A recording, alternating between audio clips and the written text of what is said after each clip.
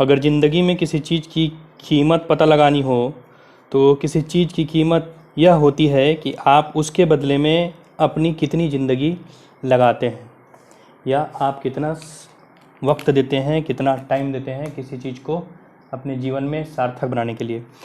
इन्हीं शब्दों के साथ स्वागत है आप सभी का आपके अपने धैर्य क्लासेस में। आज हमारा लेक्चर नंबर 28, सब्जेक्ट है EIM। आज का डेट है 23 अप्रैल 2020। लास्ट क्लास में हम लोगों ने देखा था रैम टाइप DVM। आज हम लोग देखने जा रहे हैं dual slope DVM। I think RAM type जो भी DVM है, रैम टाइप DVM जो है उसके मैन्युफैक्चरर और मॉडल नंबर आप जो है नोट डाउन कर लिए होंगे। सो आज शुरू करते हैं डुअल स्लोप DVM। ये जैसे कि नाम से पता है इसमें डुअल स्लोप, ये DVM कॉमन है। डुअल स्लोप मतलब दो स्लोप रहेंगे इसमें। कैसे स्लोप रहते हैं ये इसके वेवफॉर्म से पता चल जाएगा। So let's see. For accurate voltage measurement, अगर एक्यूरेट रूप से वोल्टेज मेजरमेंट करना हो तो RAM type digital voltmeter require precise RAM voltage and precise time period. उसमें पता है हम लोगों ने रैम वोल्टेज लिया था। रैम वोल्टेज में स्टार्ट और स्टॉप पल्स जो था उसमें हम लोग टाइम पीरियड मेजर कर रहे थे। तो for accurate voltage measurement ramp type digital voltmeter require precise voltage and precise time periods both of which can be difficult to maintain. तो दोनों चीज़ों को एक साथ मेंटेन करना बहुत डिफ़िकल्ट होता है, बहुत कठिन होता है रैम टाइप DVM में। तो इस दिक्कत को दूर करने के लिए, इस परेशानी को दूर करने के लिए हम लोग यूज़ कर रहे हैं dual slope. So the dual slope DVM virtually eliminate those requirement by using special type of RAM generator circuit और इंटीग्रेटर सर्किट। इसमें एक special type of RAM generator circuit का उपयोग किया जाता है जिसको इंटीग्रेटर सर्किट भी बोला जाता है। इन दोनों डिफ़िकल्टीज़ को या समस्याओं को या फिर कठिनाइयों को दूर करने के लिए। तो देख लेते हैं ब्लॉक डायग्राम, देख लेते हैं ब्लॉक डायग्राम आप डुअल स्लोप DVM। इसके जो मेनली बिल्डिंग ब्लॉक होते हैं, इंटीग्रेटर होता है, देन होता है कांस्टेंट करंट सोर्स, इसको शॉर्ट में लिखा है CCS, देन है फ्रीक्वेंसी डिवाइडर, क्लॉक जनरेटर है। इसमें जीरो को क्रॉस करने को डिटेक्ट करने के लिए, ये जीरो है मान लीजिए जीरो, तो ये क्रॉस करेगा अगर कोई वेवफॉर्म, उसको डिटेक्ट करने के लिए हम लोग यूज़ किए हैं इसमें zero crossing detector. And gate लगा हुआ है यहाँ पे। एंड गेट का आउटपुट तभी 1 होगा जब तीनों के तीनों 1 होगा, अदरवाइज ये 0 हो जाएगा। तो जो भी इसकी वैल्यू आएगी, वैल्यू को रजिस्टर क्या करेगा, स्टोर करेगा, रजिस्टर के साथ स्टोर करेंगे। Then VCD to 7 segment driver लगा हुआ है यहाँ पे। देन लास्ट में डिजिटल डिस्प्ले। तो ये मेन इसका बिल्डिंग ब्लॉक है। मेन ब्लॉक बोलने से इंटीग्रेटर, कांस्टेंट करंट सोर्स है, फ्रीक्वेंसी डिवाइडर है, then clock generator, and gate और जीरो क्रॉसिंग डिटेक्टर, और 3 जो है रजिस्टर है, ये VCD to 7 segment driver, then digital display. तो ये इसके मेन बिल्डिंग ब्लॉक्स होते हैं। सो लेट्स सी इसका वर्किंग देख लेते हैं 1 by 1 किसका क्या काम होता है। So let's see the main principle behind that one. The integrator capacitor, जो इंटीग्रेटर में कैपेसिटर होता है, मेनली इंटीग्रेटर देखा होगा आप लोगों ने।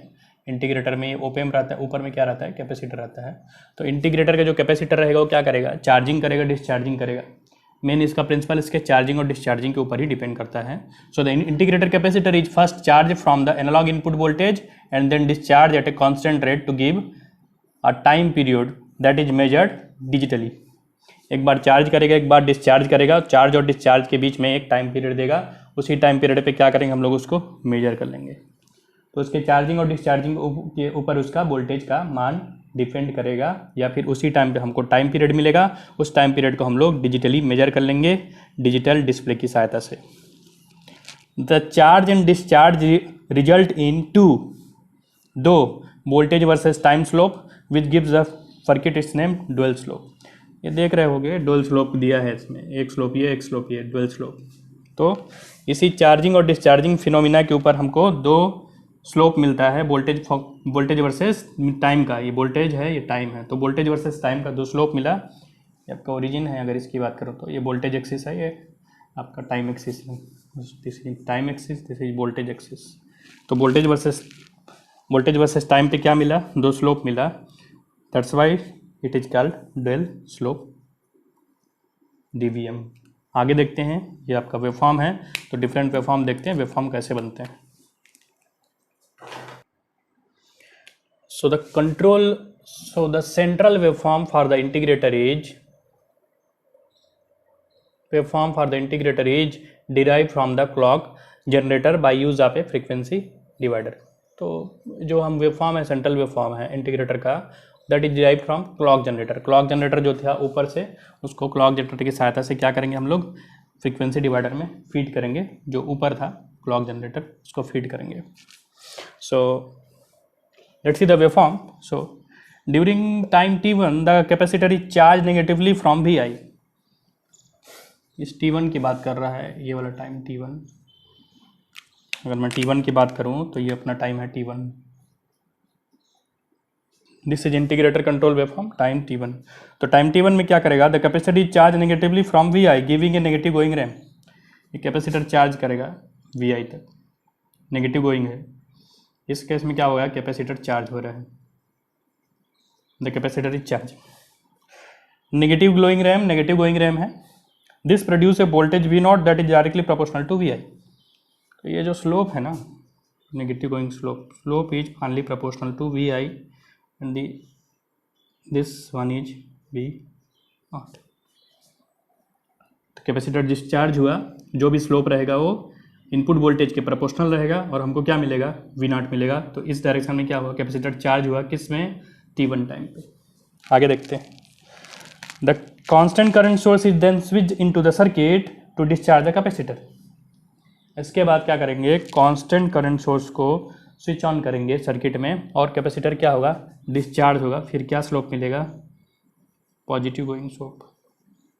कैपेसिटर डिस्चार्ज हो रहा है इधर कैपेसिटर डिस्चार्ज, इधर कैपेसिटर चार्ज हुआ वी नॉट तक, देन उसके बाद डिस्चार्ज हुआ, कांस्टेंट करंट सोर्स इसमें आया।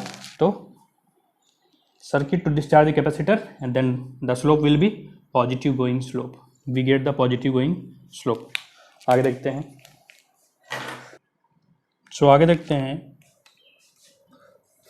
The zero crossing detector is a comparator that gives a positive output when the integrator output voltage way negative. जब इंटीग्रेटर का आउटपुट वोल्टेज ये नेगेटिव है, नेगेटिव स्लोप में, तो ये क्या करेगा, पॉजिटिव गोइंग सिग्नल हमको देगा। When the ramp voltage crosses the zero level it will be low. ये फिर से लो कब होगा, जब ये रैम वोल्टेज क्या करेगा, जीरो को क्रॉस करेगा तो ये लो हो जाएगा। जेड का आउटपुट क्या होगा, पहले ये नेगेटिव में ये नेगेटिव हो जाएगा, उसके बाद जब वो क्रॉस करेगा जीरो वोल्ट को तो ये क्या करेगा, जब ये क्रॉस करेगा जीरो वोल्ट तो ये क्या करेगा, लो हो जाएगा। तो ये जीरो क्रॉसिंग डिटेक्टर का आउटपुट देख रहे हैं आप लोग। आगे देखते हैं। एंड गेट जुड़ा हुआ है तीनों से। So the and gate has high input from both the ZCD and the control waveform during the positive going ramp time, that is during time t2। अब ड्यूरिंग टाइम t2 की बात करूं तो जहां से क्रॉस करेगा वो टाइम हो जाएगा अपना t2। जहां जीरो वोल्ट क्रॉस करेगा वो टाइम हो जाएगा अपना t2। तो t2 में क्या हो जाएगा, एंड गेट में यहाँ भी बन जाएगा, यहाँ भी बन जाएगा, और उसका तीसरा टर्मिनल है क्लॉक जनरेटर से। तो क्लॉक जनरेटर क्या करेगा, क्लॉक जनरेटर के जो भी पल्सेस हैं वो किस में फिर ड्यूरिंग t2 टाइम क्या हो जाएंगे, पास होंगे। So pulses from clock generator pass through and gate to the counting circuit. नीचे वाला जो सर्किट है, रजिस्टर और आपका BCD टू 7 सेगमेंट ड्राइवर और डिस्प्ले डिवाइस, वो क्या करेगा, उस पल्स को काउंट करेगा। तो किस टाइम पे, ड्यूरिंग टाइम t2। तो t2 की बात करूं तो अगर मैं इसमें 2 पॉइंट लूं तो क्या क्या नाम दे सकता हूं इसका, इस वाले पॉइंट को बोल सकता हूं स्टार्ट और इस वाले पॉइंट को बोल सकता हूं स्टॉप। तो यहाँ से स्टार्ट हो गया, यहाँ से स्टॉप होगा। t2 पे जितना वेवफॉर्म मीन्स जितना क्लॉक जाएगा, ये क्लॉक जा रहा है, उसी को हम लोग क्या करेंगे, मेजर करेंगे एंड गेट की सहायता से पास करवा के दोनों के दोनों 1 1 है, उधर जब जाएगा तो 0 हो जाएगा। ठीक है, तो आगे देखते हैं इसका last conclusion line. Let's see the conclusion.